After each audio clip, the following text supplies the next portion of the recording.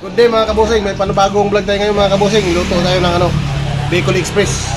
So ito nga pala yung mga rekado mga kabusing, yung atsal, ahos, ang tawag sa ahos sa Tagalog, bawang, sibuyas, may sibuyas sa dahon, saka ito, may dahon ng duwaw, yung tawag namin sa amin.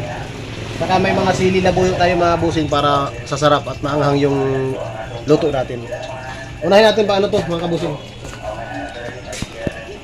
Unahin natin pag-isa yung mga lamas sa kabusing. Pwede nating unahin yung bawang kasi madaling matagal to.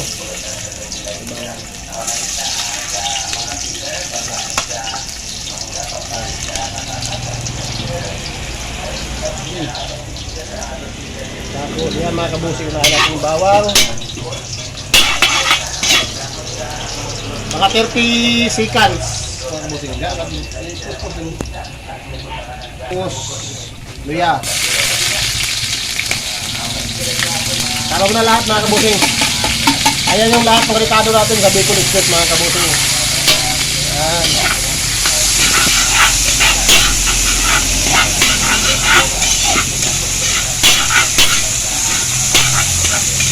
Bicol Express to, Bicol Express.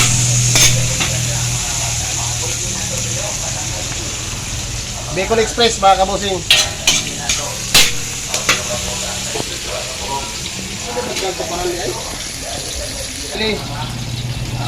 Wala tayong taparan mga kabusing kasi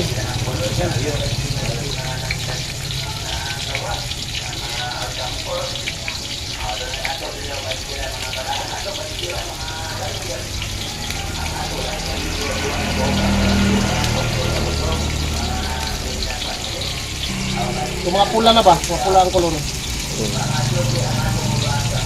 Ilaw pa mamud na muna. Sige guys.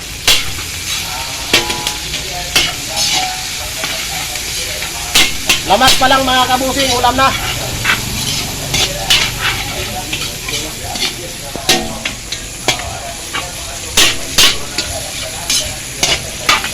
Yung paggawa nga pala mga kabusing ng Bicol Express, nasa sa inyo na yun kung lalagyan nyo ng tuyo. Ang sa akin kasi mga kabusing, hindi ko nalalagyan ng tuyo para magkulay puti lang siya. Pag nilagyan ko sa kanyang tuyo, magkukulay brown siya, magkukulay brown. Sa akin hindi na, asin lang. Mas pinakamaigi mga kabusing, lulutuin nyo yung igigisa nyo yung mga rekado para mas lalong sumarap. Para yung lasa ma-absorb sa absorb sa karning baboy. Ayan. Lalagay na natin yung karning baboy natin mga kabusing. Ayan.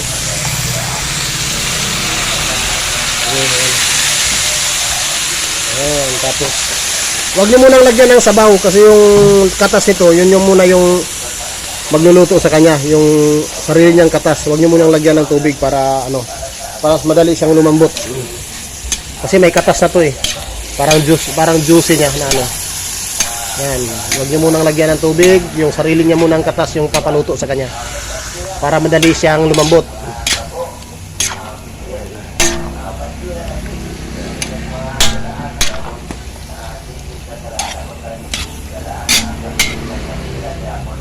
Ayan.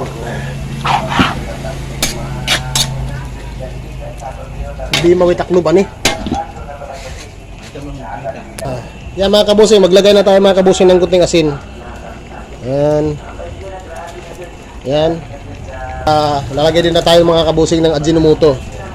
Kasi yung nakasanayan natin. Ayan. Okay.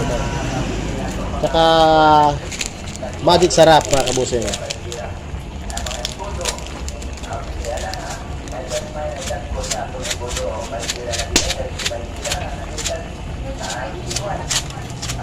Yan.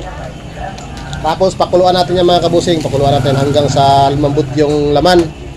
Pag medyo nauubos na yung niya mga kabusing, yung katas niya mga kabusing, saka natin lagyan ng kunting tubig o kaya pero pwede na rin, wag natin lagyan ng tubig kasi may may tubig na yan, may katas na yan.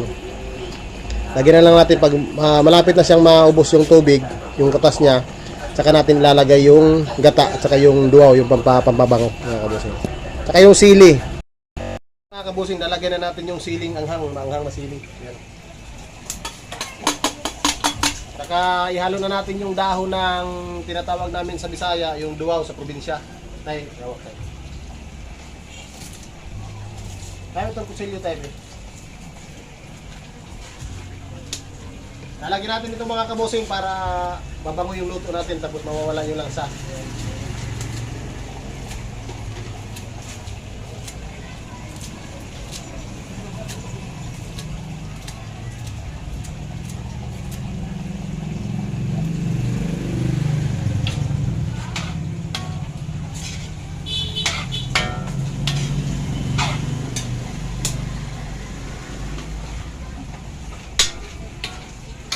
Lalagyan pa natin to ng kunting tubig para mas lalong lumambot kasi paubos na yung ano niya, katas. Tubig, you know? Sinaw? Unit isa rin.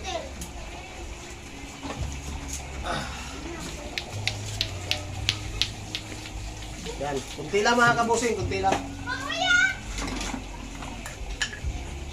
Ito na yung antayin natin na bababa na yung ano niya, yung katas niya lang tubig.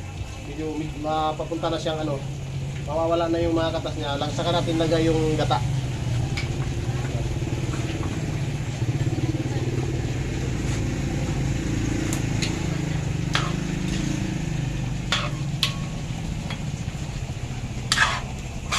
Yan, lapit ko dito. Yan mga kabusing, mabango na yung luto natin. Pag medyo mawawala na yung sabaw niya mga kabusing, saka natin lagyan ng gata. Yan.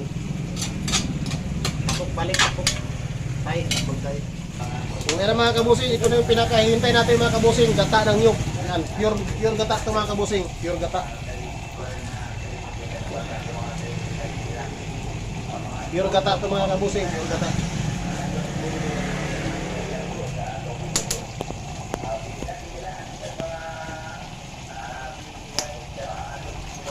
Gata ng nyug.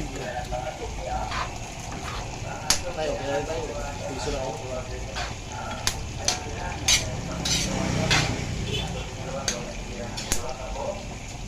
Kaya mga kabusing, gata ng nyug, antay dito. Antayin na lang natin itong mga kabusing na medyo bumaba yung ano, mawawala yung ano. Ma-absorb lahat ng ano niya, yung katas ma-absorb sa laman. Antayin na lang natin to. Pag kunti na lang yung sabaw, saka natin na lagay sa lagayan. Okay. Ayan mga kabosing, okay na to mga kabosing, tapos na. Pwede na natin tong pagkain sa mga bisita natin. Ayan o. Yan nyo. Nag-sticky na siya, pwede na to mga kabosing. Wow. Katarap mga kabosing. Yan Yan yung katas o. Ayan mga kabosing. So kung nagugustuhan nyo yung video ko mga kabosing, pag-share nyo lang saka pag-like. Maraming salamat po sa lahat. Ito po yung ano, tinatawag kong Bicol Express.